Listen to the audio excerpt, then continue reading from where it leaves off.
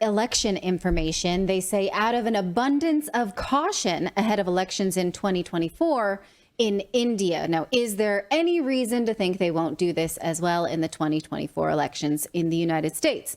Well, duh, right? But let's look at what they're saying their plan is, because of course, we know that Google results are biased and that has an effect on elections. But let's look. Okay, so what Google is saying is that they are going to censor elections in the run up to what's being called the largest democratic election in human history. Next month, India will go to the polls. Prime Minister Modi is expected to be reelected, but this is being called the biggest election in history because an estimated 960 million people in a country of 1.4 billion are eligible to vote. That's massive.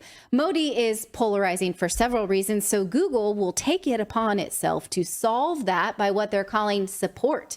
Here is their plan to support the next election. Now, some of this is what we would normally expect, what you Google, let's say, where do I register to vote? How do I vote? Right, in the United States, you're used to doing that. Where's my polling station? That kind of thing. So, of course, they're working with election officials to provide real information just in case, and this is certainly valid, somebody comes in and runs an ad for a fake place to vote so that your vote doesn't count. Of course, they're going to run defense on that. But also they say that they will rank YouTube videos according to authoritative sources, which of course means mainstream media and fewer independent channels like ours.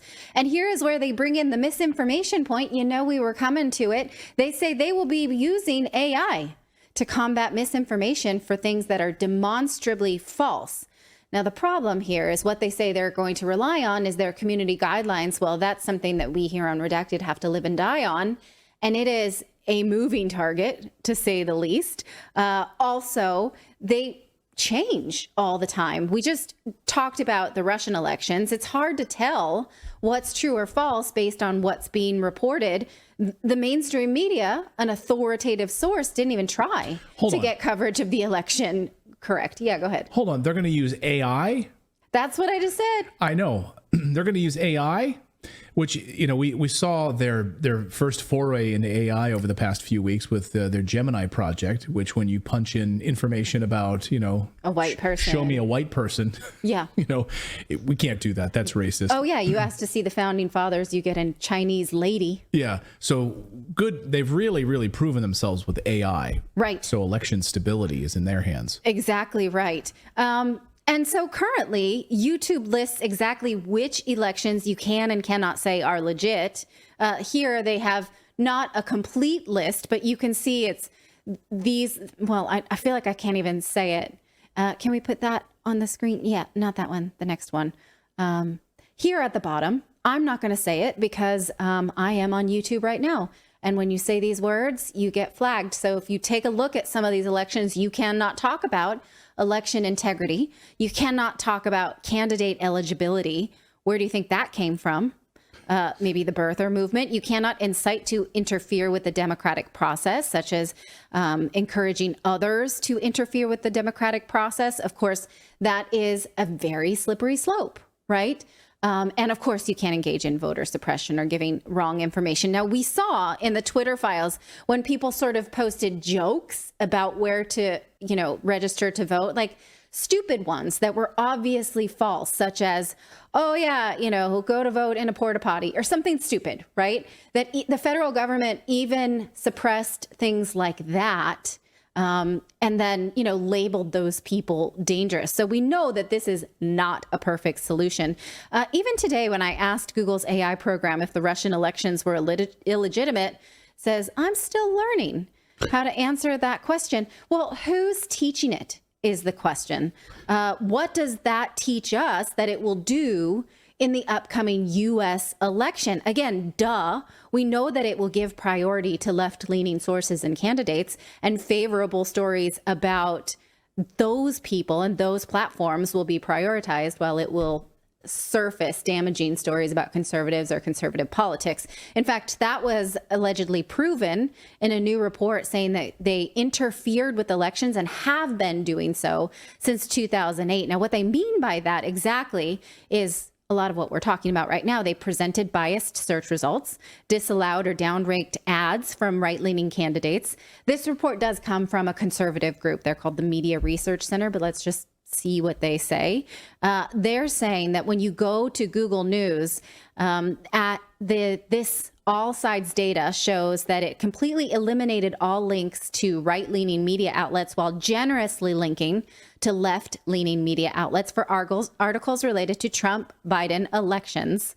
And look at the data on how much of 88% when you Google Trump, 88% of them were directing you towards MSNBC, CNN. Oh, yeah. You'll never, if you want information about Trump and you type in, there's no way that they're going to link you to like a Gateway Pundit article or a Daily Caller article. Right. Never. Or anything even remotely contextualizing what the president has said or did say during his administration or during his campaigns. Even if he says something, for instance, the bloodbath story over the weekend was in reference to an economic bloodbath, which we're here. Right? This is it. You're living it, which he warned about. If Biden was elected, you would have $5 gas, $5 per gallon gas, record inflation.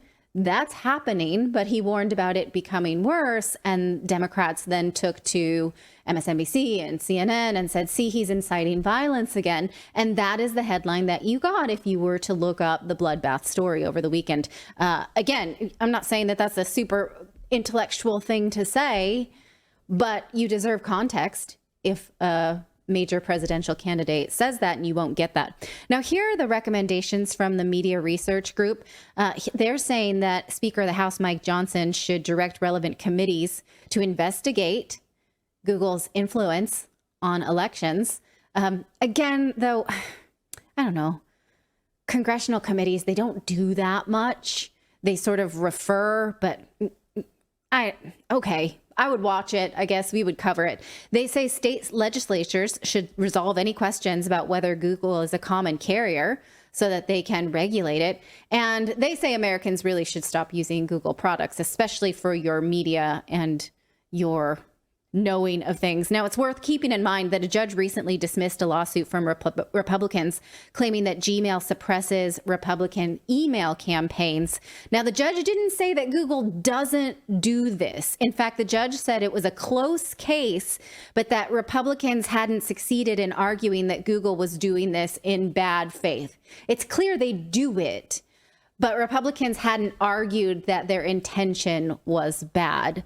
So it happens. And this will probably continue to happen on your iPhone because the news today is that Apple may license Google Gemini to the iPhone. So if you were then to use AI on your iPhone. Oh, my God. I know. I expected you to burst into tears into this. And it's interesting because Tim Cook had said, we will invest heavily in AI. Does that mean they would license it from this highly problematic software, or will they build it out themselves? Well, the thing with Apple is that they've always done machine learning.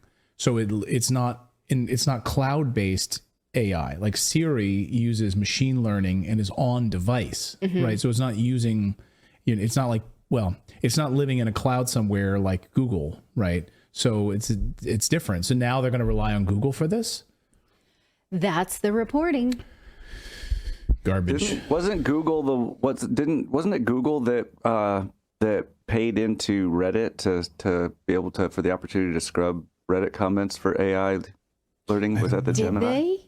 That sounds about right. I believe it was Google, but that'll just be, I mean, can you imagine if we're getting all of our information from scrubbing Reddit subreddits? I mean, we're doomed.